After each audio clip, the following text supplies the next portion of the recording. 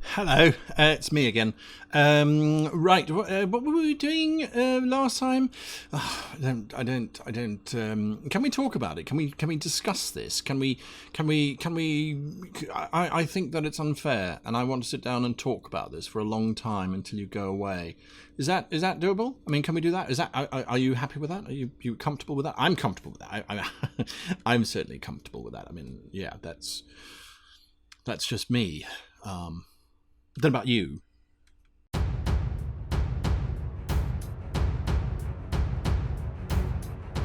Hello and welcome to today's episode of How to Be a Great Player. We are still in the Star Trek theme, and we are still... Sorry, I'm trying to turn this light off. I need an engineer to help me. There we go. We are still talking character types, but now we're talking neutral character types, not alignment. If you haven't watched the first episode, Character Types Good, I suggest you go and have a look at that first, and then come and have a look at this one, because it lays the groundwork. Now again, Star Trek, because all of these character types are present in every single series that has ever been made of Star Trek, even in the latest one. So it's easy for you to be able to identify, that's that character type, that's that character type, that's that character type. Remember, you're building three for your character. You're choosing your principal operating character type, then you're choosing the character type that they are under stress, and you're choosing the character type that they are under a relaxed kind of condition, and building your character based on that, and building your performances around those attributes that we ascribe to them. So, today's character types. We've got leader. Why are they neutral? Neutral character types are character types who perhaps put the adventure, put the game, put the story ahead of the party. They should certainly take the party into consideration. I don't think any player type, regardless of what it is, should ignore the characters in the party. I think that's just bad role-playing. But the neutral characters generally will focus more on the situation than on the individuals involved in that situation. So that's the kind of mentality to ascribe to neutral character types. We've got the leader, we've got the solver, we have the ambassador. Now the ambassador is an interesting one, because you would think that the ambassador is there to talk on behalf of the party. They're not. We're going to find out what they are exactly. We've got the fool. Now, if you have seen this series on the other channel, the old version that we released 2 years ago or so, you won't have come across the fool before, but this is one that we've added in, the fool. And then, of course, the soul. The soul. One of my favorite character types. All right, let's jump straight into it. Leadership. Leaders are industrious. They're industrious. They make stuff happen. Now, they are group inclusive. This is important. They do include the group, but they include the group insofar as making things happen. A bad leader is someone who doesn't take the group dynamic into account and who just issues orders.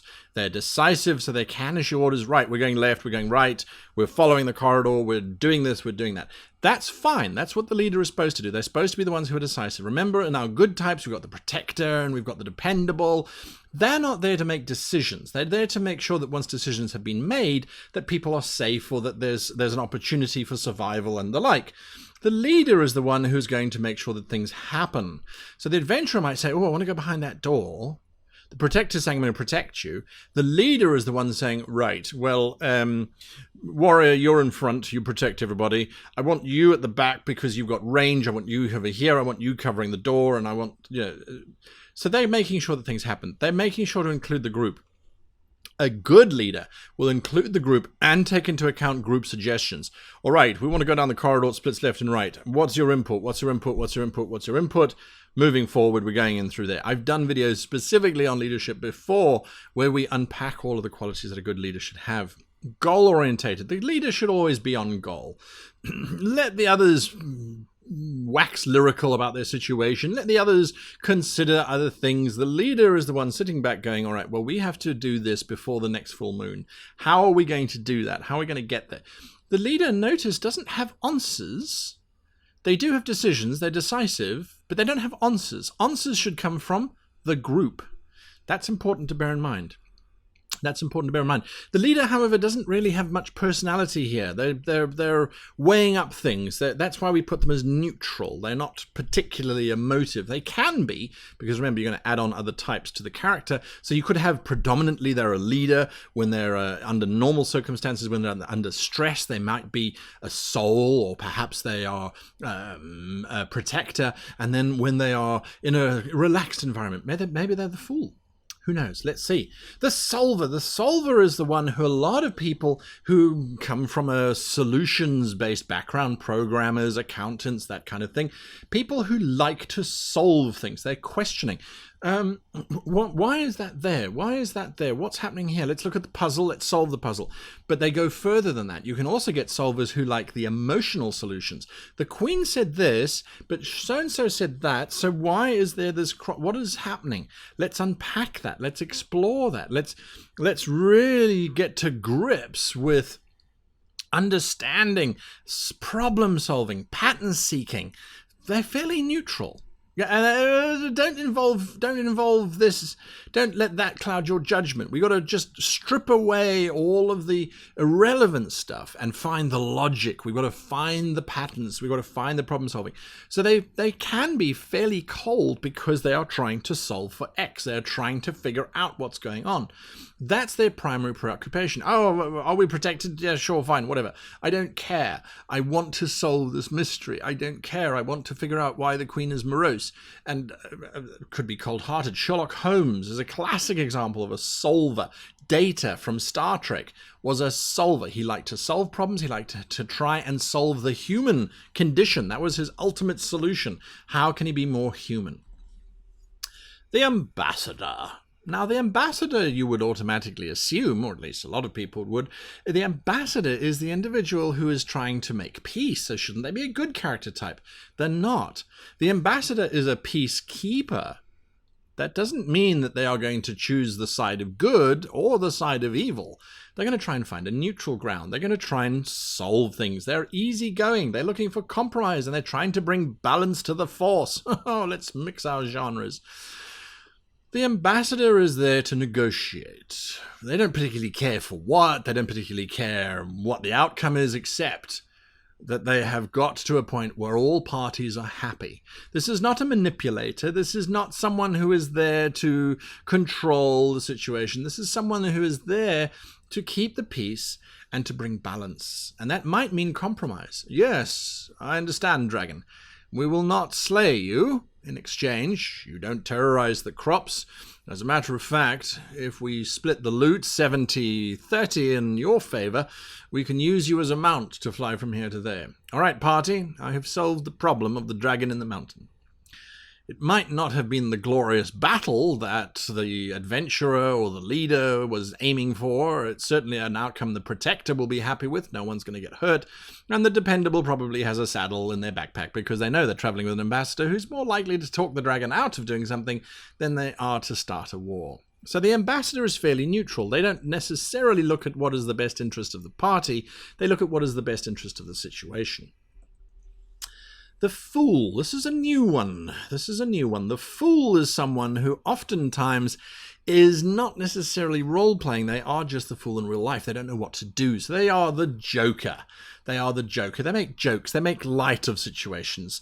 Oftentimes you might be sitting in a role-playing game and you've got a fool at your table and you're going, but you're not taking the situation seriously. Why aren't you taking the situation seriously? You should be taking the situation seriously. The fool just can't. They really, really can't. They make jokes. They bring lightness to it. They are light-hearted because they're hiding themselves. They're hiding the truth that is underneath the layers, underneath the rebellion. Hopefully, if you're a good role player, that hiding of self is the actual character. Who are they hiding? Remember, we talked about the 3 different types. The fool might very well be uneducated. So they hide stuff with jokes.